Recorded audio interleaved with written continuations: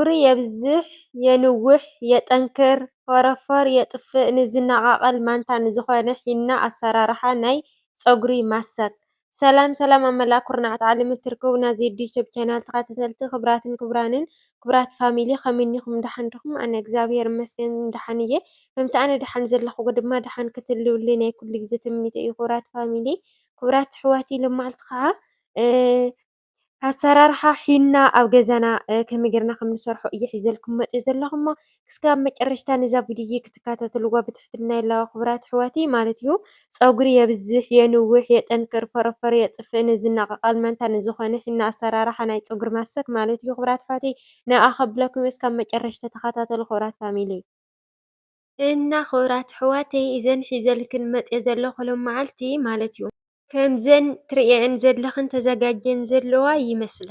ንሳተን ድማ ስመን በብሕድሕደን ክነግረክን እየ ክቡራት ኣሕዋተይ። እዚ ኣነ ዝጥቀመሉ ኩሉ ግዜ ኣብ ገዛይ እዩ። ክቡራት ኣሕዋተይ ፀጉርና የብዝሕ የንውሕ የጠናኽር ፍርፍር የጥፍእ ንዝነቓቐል ማንታ ንዝኾነ ሒና ኣሰራርሓ ናይ ፀጉሪ ማሰክ ማለት እዩ ክቡራት ኣሕዋተይ። ስለዚ እዘን ቃመመን ክነግረክን እየ ሽመን ማለት እዩ። ኣትን ትፈልጡ ንዓኻትክን ኣይምልከትን ኣትን ዘይትፈልጡ ግን ማለት እዩ ከም ናተይ ሓፍቲ ክንጥቀማሉ መጀመርታ ዘድልየና ሽጉርቲና ባምያ ፃዕዳ ሽጉርቲ ስድር ሒና ሻሂ እዚአን እየን ዘድልያና ማለት እዩ ክቡራት ኣሕዋተይ። ንዓተን ተመልኪትክን ክሰርሐአን ድማ ተስፋ ይገብር። ባምያ ፀጉርና ንክልስልስ ይገብሮ ፀጉርና ፅቡቅ ለማፅ ንክኸውን ድማ ይሕግዘና ማለት እዩ ክቡራት ኣሕዋተይ። ስድር እውን ከምኡ ማለት እዩ ክቡራት ኣሕዋተይ። በተለይ ንፍርዝዝ ንኾነ ፀጉርኽን የለስልሶ ማለት እዩ። ንጨልባብ ፀጉሪ ግን ንዕኡ ኣይምልከትን እዩ። እዚ ግን ንፍርዙዝ ፀጉሪ ግን ብጣዕሚ ለማፅ ንክለምፅ ይሕግዞ ማለት እዩ ክቡራት ኣሕዋተይ። ናይ ባምያና ናይ ስድር ማለት እዩ ክቡራት ቤተሰብ። ፃዕዳ ሽጉርትና ቀይሕ ሽጉርቲ ከዓ ርእስና የንውሖ ካብቲ ስሩ ጀሚሩ ክስካብ መጨረሽታ የንውሖ ማለት እዩ ክቡራት ኣሕዋተይ የጣናኽሮ። ስለዚ ክቡራት ኣሕዋተይ ብጣዕሚ እዩ ሓሪፍ ከም ጌርክን ክትምክርኡ። ሻሂ ድማ ሕብሪ ይቕይረልና ነቲ ሕብሪ ናይቲ ፀጉርና ይሕግዞ ሕብሪ ይቕይር ብጣዕሚ ወዙ ፅቡቅ ይገብር ማለት እዩ። ሒና ከዓን ብጣዕሚ ሓይልን ጉልበትን ነቲ ፀጉርና ክጥንክር ይሕግዘና ማለት እዩ ክቡራት ኣሕዋተይ። ብጣዕሚ ቫይታሚኑ እዚ ኩሉ ቀመማት ብሓንሳብ ድሓረ ክንሪኦ ኢና ኣሰራርሕኡ ከመይ ከም ዝገበርክዎ መጀመርትኡ ማለት እዩ ክቡራት ቤተሰብ ክቡራት ፋሚሊ። ስለዚ ፀጉርኽን ኣብ ሓፂር ግዜ ክነውሐልክን ትደልያ ካብኡ ድማ ፍርፍር ኣብ ማእኸል ፀጉርኽንሲ እዞም ፍርፍር ፃዕዳ ፃዕዳ እናወፀ ዘሸግረክን ማለት እዩ ክቡራት ኣሕዋተይ። ካብኡ ድማ ማንታ ናኾነ ዘሸግረክን ንዓኻትክን እያ። እዚኣ ድማ ክቡራት ኣሕዋተይ ብረድስቲ ኣዳልየ እዚ ባምያ መሊሰዮ እኒአኹ መጀመርታ ከምዚ ገይረ የፍልሖ ኣለኹ እዚ ባምያ ማለት እዩ። ብማንካ ገይረ እናገምጠልኩ ማለት እዩ ብደንቢ ኮይኑ ብስል ይብል ማለት እዩ ሕብሪ ክሳብ ቅይር ዝብል ክቡራት ኣሕዋተይ።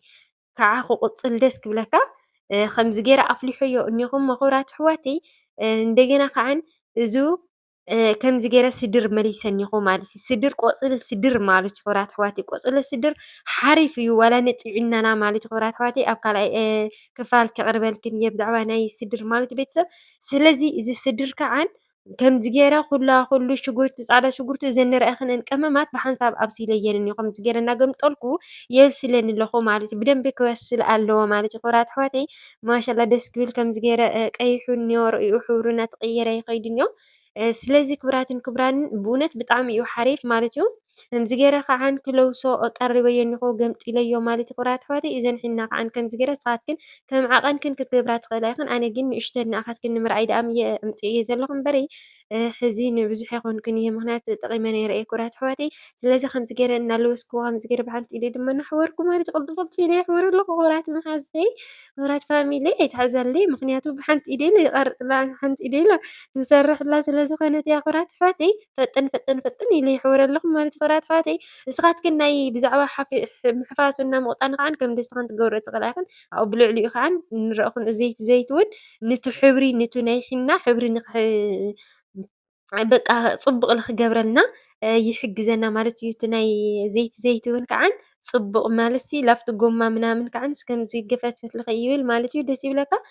ከምዚ ጌራ ተዳልያትናኒ ሒናና ማለት እዩ ክራት ኣሕዋተይ ትሪኣ ኣለኽን ማለት እዩ ቤተሰብ ስለዚ ደቂ መዳሜ ማዕረይ ከምኡ ጌርክን ከምዘናይ ክትምክርኣ ተስፋ ይግብር በተለይ ፍርፍርና ወፃእ ኣብ ውሽጢ ክንዘሸግረክን ርእስክን ዝሕኸክን ካብኡ ድማ እናተመናጠሰ ማንታ ከዓ ኣብቲ ፀጉርክን ርእሲ ፀጉሪ ዝወፅእ ማለት እዩ ህሲ ሓደ ነዊሕ ሓደ ሓፂር እዚ ማንታ ፀጉሪ ዝወፅእ ከዓ ብጣዕሚ እዩ ንዕኡ ማዕረ ንክደላደለልክን ይገብር ማለት እዩ እዚ ሒና እዚ ማለት እዩ ክቡራት ኣሕዋተይ ስለዚ ከምዚኣ ኮይናኒ ከምዚ ገይረ ድማ ካዲነ ከቕምጣ እየ ቆሚጠያ ከምዚኣ ኢላትናኒ ሒናና ከምዚኣ ኢላ ፀኒሓትናኒ ናብ ኣሰራርሕኡ ክንከድ ኢና ናብ ፀጉረይ ርእይ ፀጉረይ ማለት እዩ ብዙሕ እዩ ፀጉሪ ናተይ ብዙሕ እዩ ስቑኢሉ በቃ ናስኣ እዩ ልመስል ክጥርነፈ ኣይክእልን እዩ ብእውነት ማለት እዩ ገርመክን እዩ ብዙሕ እዩ ቁም ነገር ማለት እዩ መዓት እዩ ብዛዕባ ቁመት ከዓ እንትን ላፅየ ነይረ እየ ርእሰይ ሓድሽ እዩ እዚ ሓድሽ ቃል እዩ ክቡራት ኣሕዋተይ ግን ብጣዕሚ እዩ ዝሕለየኒ ካብኡ ድማ ወዙ በቃ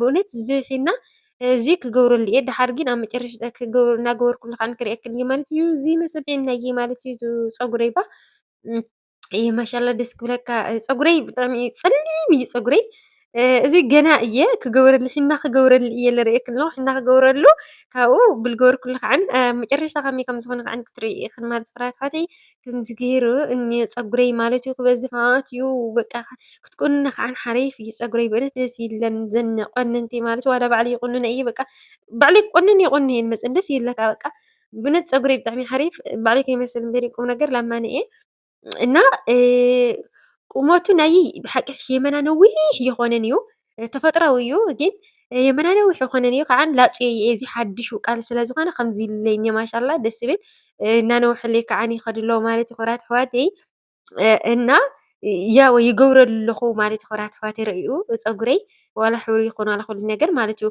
እዚ ገና እየ ኣይተሓፀብክዎን ዘለኹ ምክንያቱ ሒና ንክገብረሉ እየ ከምዚ ኢለ ዘሪአክን ዘለኹ ክቡራት ኣሕዋተይ እዚ ይመስልና ዘየዲ ፀጉሪ ማለት እዩ ክቡራት ቤተሰብ ክቡራት ፋሚለይ ስለዚ ናብቱ ናይ ሒና ማሰክ ከዓን ክንከድ ኢና ማለት እዩ ብሓደ ሓቢርና ማሰክ ክንገብር ኢና ማለት እዩ ፀጉርና ማለት እዩ ክቡራት ኣሕዋተይ ፀጉርክን ክትንውሓ ትደልያ እዛ ቪድዮ ናተይ ተመልከትኣ ማለት እዩ ክቡራት ኣሕዋተይ ናብኡ ወላ ማሰክ ናብቲ ሒና ከብለክን ክቡራት ኣሕዋተይ እና እናተይ ፀጉሪ ከምዚ ገይረ እየ ፈቲሐዮ እኒኹ ማለት እዩ እዚ ሒና ከዓን ከምዚ ገይረ ላስቲክ ተሸፊንዮ ፈቲሐ ከምዚ ናብ ርእሰይ ይጣስሞ ኣለኹ ማለት እዩ ክቡራት ኣሕዋተይ ንስኻትክን እውን ከምዚ እናገበርክን እቲ ውሽጢ ስሩ ካፊልክን ከምዚ ጌርክን ክትጣስሞ ኣለክን ማለት እዩ ብጣዕሚ እዩ ፅቡቕ በተለይ ማእኸሉ ኣስቲክ ተብሉ ኣለክን ማለት እዩ እቲ ማእኸልና ንበርሕ እቲ ማእኸልና እናተልዓለ ዝኣቢ ማለት እዩ ክቡራት ኣሕዋተይ ከምዚ ጌርክን ከዓን መሸፈን ጌርክን ትሽፈንኡ ክቡራት ኣሕዋተይ ከምዚ ኢለ ተሸፊነዮ እኒኹ